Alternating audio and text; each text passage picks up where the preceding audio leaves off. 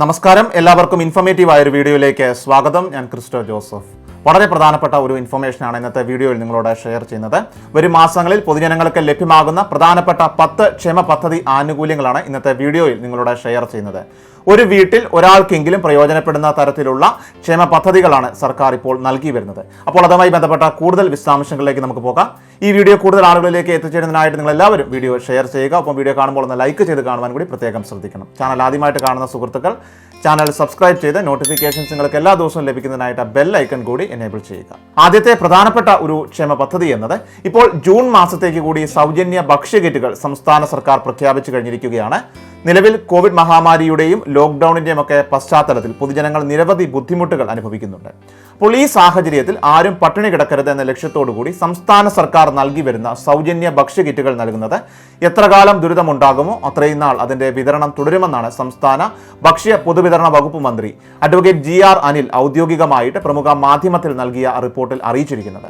അപ്പോൾ ഈ ഒരു ആനുകൂല്യം തുടർന്നുള്ള മാസങ്ങളിലും എല്ലാ പൊതുജനങ്ങൾക്കും പ്രതീക്ഷിക്കാവുന്നതാണ്. മാത്രമല്ല, ഈ റേഷൻ കാർഡ് ഉപയോഗിച്ച് മന്ത്രി തന്നെ റേഷൻ ആനുകൂല്യങ്ങളും അതുപോലെ തന്നെ ഭക്ഷ്യകിറ്റും കഴിഞ്ഞ ദിവസം വാങ്ങിയിരുന്നു. അതുപോലെ തന്നെ വിദ്യാർത്ഥികൾക്കുള്ള സൗജന്യ ഭക്ഷ്യകിറ്റുകളുടെ വിതരണം ഇപ്പോൾ ആരംഭിച്ചിട്ടുണ്ട്. ഈ ഭക്ഷ്യകിറ്റുകളുടെ വിതരണവും വരും മാസങ്ങളിൽ ഉണ്ടാകുമെന്നാണ് പുറത്തുവരുന്ന സൂചനകൾ. കേരളത്തിന് കരുത്തേകുവാനായിട്ട് കേന്ദ്ര സർക്കാരിന്റെ സ്കൂൾ ഉച്ചഭക്ഷണ പദ്ധതി ഭാഗമായിട്ട് സ്കൂൾ കുട്ടികളുടെ ഭക്ഷ്യസുരക്ഷയ്ക്ക് 251 കോടി രൂപയും അതുപോലെ തന്നെ 68,262 ടൺ ഭക്ഷ്യധാന്യവും കേന്ദ്രം അനുവദിച്ചു. കേരളത്തിന്റെ നിലവിലെ സാമ്പത്തിക വ്യവസ്ഥയ്ക്ക് ഇതൊരു പുതിയ ഉണർവ് തന്നെയാകും സമ്മാനിക്കുക.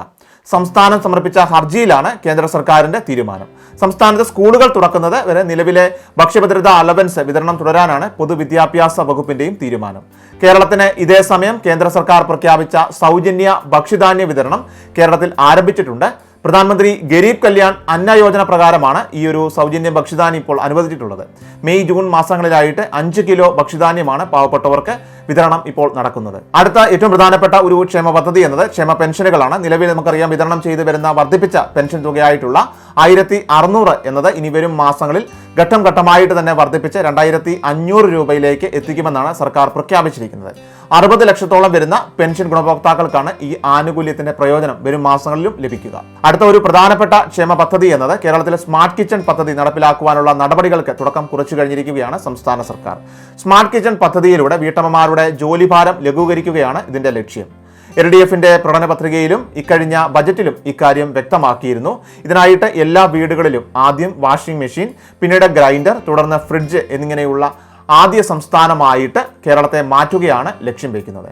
വാഷിംഗ് മെഷീൻ, ഫ്രിഡ്ജ്, ഗ്രൈൻഡർ എന്നിവ എല്ലാ വീടുകളിലും എത്തുന്നതോടെ സ്ത്രീകളുടെ വീട്ടുജോലിയുടെ കാഠിന്യത്തിൽ കുറവുണ്ടാകുമെന്നും കരുതുന്നു. വീട്ടുപകരണങ്ങളുടെ വില തവണകളായിട്ട് ഏതാനും വർഷങ്ങൾ കൊണ്ട് തന്നെ അടച്ചു തീർത്താൽ മതിയാകും. പല തരത്തിലുള്ള പാക്കേജുകൾ ഇതിനായിട്ട് തയ്യാറാക്കുവാനായിട്ടാണ് സംസ്ഥാന സർക്കാരിന്റെ നീക്കം. പലിശ 3 ആയിട്ട് വിഭജിക്കുന്നതാണ്. അതിൽ 1/3, അതായത് ഒരു ഭാഗം പലിശ മാത്രം ഗുണഭോക്താവ് നൽകിയാൽ മതിയായിരിക്കും.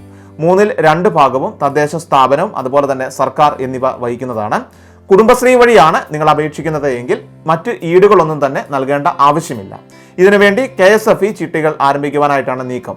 പദ്ധതിക്ക് സാമ്പത്തിക പിന്തുണ നൽകുവാനായിട്ട് KSFE തയ്യാറാണെന്നും അറിയിച്ചിട്ടുണ്ട്. വിദ്യാർത്ഥികൾക്കായിട്ട് നമുക്കറിയാം ലാപ്ടോപ്പ് വിതരണം ചെയ്യുന്നതിനായിട്ട് കുടുംബശ്രീയുമായിട്ട് ചേർന്ന് നടത്തിയ പദ്ധതി പോലെയായിരിക്കാം ഇതിൻ്റെയും വിതരണം ഉണ്ടാവുക എന്നാണ് നമുക്ക് അറിയുവാനായിട്ട് സാധിക്കുന്നത്. സ്മാർട്ട് കിച്ചൺ പദ്ധതിയിലൂടെ വിതരണം ചെയ്യുവാനായിട്ട് ഉദ്ദേശിക്കുന്ന വാഷിംഗ് മെഷീൻ, അതുപോലെ തന്നെ റെഫ്രിജറേറ്റർ, ഗ്രൈൻഡർ തുടങ്ങിയ ഉപകരണങ്ങൾ ഏതെല്ലാം കമ്പനികളുടേതായിരിക്കും, അവയുടെ വിലകൾ, അതുപോലെ തന്നെ ചിട്ടിയുടെ മാസ അടവ് തുടങ്ങിയ കാര്യങ്ങളുമായി ബന്ധപ്പെട്ട അറിയിപ്പുകൾ നമുക്ക് ലഭിക്കാനുണ്ട്. ഇവ സംബന്ധിച്ചുള്ള കാര്യങ്ങൾ ഔദ്യോഗിക അറിയിപ്പുകൾ ഉടൻ തന്നെ നമുക്ക് ലഭ്യമാകുന്നതാണ്. അപ്പോൾ നിങ്ങളെ മറ്റൊരു വീഡിയോയിലൂടെ തീർച്ചയായിട്ടും അറിയിക്കുന്നതായിരിക്കും. അടുത്ത ഒരു പ്രധാനപ്പെട്ട ക്ഷേമ പദ്ധതി എന്നത് പൊതുജനങ്ങൾക്ക് നിങ്ങളുടെ റോഡുകളെ പറ്റി പരാതി അറിയിക്കുവാനായിട്ട് പൊതുമരാമത്ത് വകുപ്പ് മൊബൈൽ ആപ്പ് സംവിധാനം നടപ്പാക്കുമെന്ന് പൊതുമരാമത്ത് വകുപ്പ് മന്ത്രി മുഹമ്മദ് റിയാസ് അറിയിച്ചിരിക്കുകയാണ്. നിങ്ങളുടെ റോഡുകളെ പറ്റിയുള്ള പരാതി ആപ്പിലൂടെ നിങ്ങൾക്ക് അറിയിക്കാം. ആപ്പ് വഴി ലഭിക്കുന്ന പരാതികൾ SMS വഴിയും അതുപോലെ തന്നെ ഇമെയിൽ വഴിയും ബന്ധപ്പെട്ട റോഡ് വിഭാഗം എഞ്ചിനീയർമാരെ അറിയിക്കുന്നതാണ്. നിങ്ങളുടെ പരാതി പരിഹരിച്ച ശേഷം വിവരം ആപ്പിൽ തന്നെ അപ്ഡേറ്റ് ചെയ്യുകയും ചെയ്യും. പരാതി നൽകിയവർക്ക് ആപ്പിലൂടെ തന്നെ തുടർ വിവരങ്ങൾ അറിയുവാനായിട്ടും സാധിക്കുന്നതാണ്. ജൂൺ മാസം 7-ാം തീയതി മുതൽ ആപ്ലിക്കേഷൻ ഗൂഗിൾ പ്ലേ സ്റ്റോറിലും അതുപോലെ തന്നെ ആപ്പിൾ സ്റ്റോറിലും ലഭ്യമാക്കുമെന്നും മന്ത്രി അറിയിച്ചിട്ടുണ്ട്. അടുത്ത ഏറ്റവും പ്രധാനപ്പെട്ട ഒരു ക്ഷേമ പദ്ധതി എന്നത് വിവിധങ്ങളായിട്ടുള്ള വായ്പകൾ എടുത്തു കണക്കടിയിലായിട്ടുള്ള ആളുകളും പ്രധാനമായിട്ടും ജപ്തി നടപടികൾ നേരിടുന്ന ആളുകളും നമ്മുടെ സമൂഹത്തിലുണ്ട്. ബാങ്ക് അതുപോലെ തന്നെ ധനകാര്യ സ്ഥാപനങ്ങളിൽ നിന്നും ജപ്തി നടപടികളിലൂടെയും മറ്റ് ആളുകൾക്ക് കിടപ്പാടം നഷ്ടപ്പെടുന്ന ഒരു സാഹചര്യം നമ്മുടെ സംസ്ഥാനത്ത് നിലവിലുണ്ട്. സോ അങ്ങനെയുള്ളവരുടെ കാര്യത്തിൽ ജപ്തി നടപടികളിലൂടെ കിടപ്പാടം നഷ്ടമാകുന്ന അവസ്ഥ ഒഴിവാക്കുവാനായിട്ട് ശക്തമായിട്ടുള്ള നിയമനിർമ്മാണം നടത്തുമെന്നാണ് മുഖ്യമന്ത്രി കഴിഞ്ഞ ദിവസം അറിയിച്ചിരുന്നത്. സഹകരണ ബാങ്കുകളുടെ പ്രവർത്തനം കൂടുതൽ മേഖലകളിലേക്ക് വ്യാപിപ്പിക്കുകയും വായ്പാ പദ്ധതികൾ ലഘൂകരിക്കുകയും ചെയ്യുമെന്നും NRI നിക്ഷേപം സ്വീകരിക്കുന്നതടക്കം വിപുലീകരിക്കുമെന്നുമാണ് സഹകരണ മന്ത്രി VN വാസവൻ അറിയിച്ചിരിക്കുന്നത്. സർഫാസി ആക്ടിനോടുള്ള വിയോജിപ്പ് കേന്ദ്രത്തെ നേരത്തെ തന്നെ അറിയിച്ചിട്ടുണ്ടെന്നും ജപ്തിക്ക് ഇരയാകുന്നവർക്ക് കിടപ്പാടം ഇല്ലാതാക്കുന്ന സാഹചര്യം അംഗീകരിക്കാനാവില്ലെന്നും മന്ത്രി പറഞ്ഞു. അടുത്ത ഒരു പ്രധാനപ്പെട്ട ക്ഷേമ പദ്ധതി എന്നത് പാർപ്പിട നിർമ്മാണവുമായിട്ട് ബന്ധപ്പെട്ടതാണ്. എല്ലാവർക്കും വീട് ഒരു അവകാശമായിട്ട് പ്രഖ്യാപിച്ച സംസ്ഥാനമാണ് കേരളം. ലൈഫ് പാർപ്പിട നിർമ്മാണ പദ്ധതി വീണ്ടും തുടരുകയാണ് എന്നാണ് മുഖ്യമന്ത്രി കഴിഞ്ഞ ദിവസം അറിയിച്ചത്. ഇനി പ്രസിദ്ധീകരിക്കാനുള്ളത് 4ാം ഘട്ടത്തിലെ അർഹരായിട്ടുള്ള ആളുകളുടെ പട്ടികയാണ്.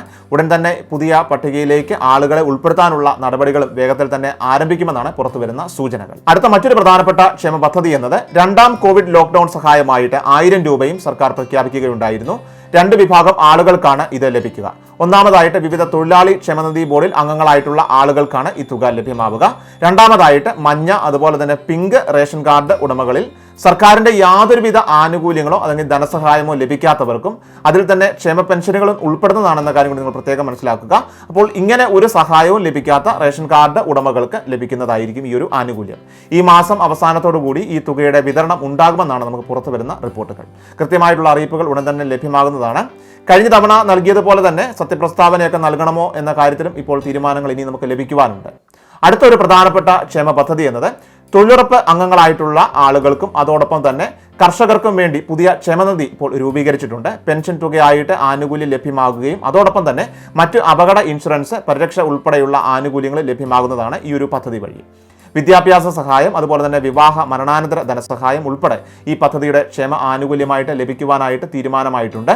അതുപോലെ തന്നെ കർഷകരുടെ ക്ഷേമം ലക്ഷ്യമിട്ടുകൊണ്ട് സുപ്രധാന പ്രഖ്യാപനമായിട്ട് ഇപ്പോൾ കേന്ദ്ര സർക്കാരും രംഗത്ത് വന്നിരിക്കുകയാണ്. രാസവള സബ്സിഡി അത് 140% വർദ്ധിപ്പിക്കാനുള്ള ചരിത്രപ്രധാനമായിട്ടുള്ള ഒരു തീരുമാനമാണ് ഇപ്പോൾ കേന്ദ്ര സർക്കാരിൽ നിന്നുണ്ടായിരിക്കുന്നത്. 500 രൂപയ്ക്ക് പകരം കർഷകർക്ക് ഒരു ബാഗ് ഡൈ അമോണിയം ഫോസ്ഫേറ്റ് രാസവളത്തിന് ഇനി മുതൽ 1200 രൂപ സബ്സിഡിയായിട്ട് ലഭിക്കുന്നതാണ്. ഇനി മുതൽ ഒരു ബാഗ് DIPക്ക് 2400 രൂപയ്ക്ക് പകരം 1200 രൂപയാകും സബ്സിഡി കഴിഞ്ഞുള്ള നിരക്ക്. അപ്പോൾ എല്ലാ പൊതുജനങ്ങൾക്കും പ്രത്യേകിച്ച് ഒരു വീട്ടിലെ ഒരാൾക്കെങ്കിലും ഉപകാരപ്പെടുന്ന 10 ക്ഷേമ പദ്ധതികളാണ് നിങ്ങളോട് ഷെയർ ചെയ്തത്. വീഡിയോ നിങ്ങൾക്ക് എല്ലാവർക്കും യൂസ്ഫുൾ ആയെങ്കിൽ തീർച്ചയായിട്ടും മറ്റുള്ളവരിലേക്കും ഷെയർ ചെയ്തെത്തിക്കുക. ഒപ്പം നിങ്ങളുടെ അഭിപ്രായങ്ങൾ, നിർദ്ദേശങ്ങൾ എല്ലാവരും കമന്റായിട്ട് രേഖപ്പെടുത്തണം.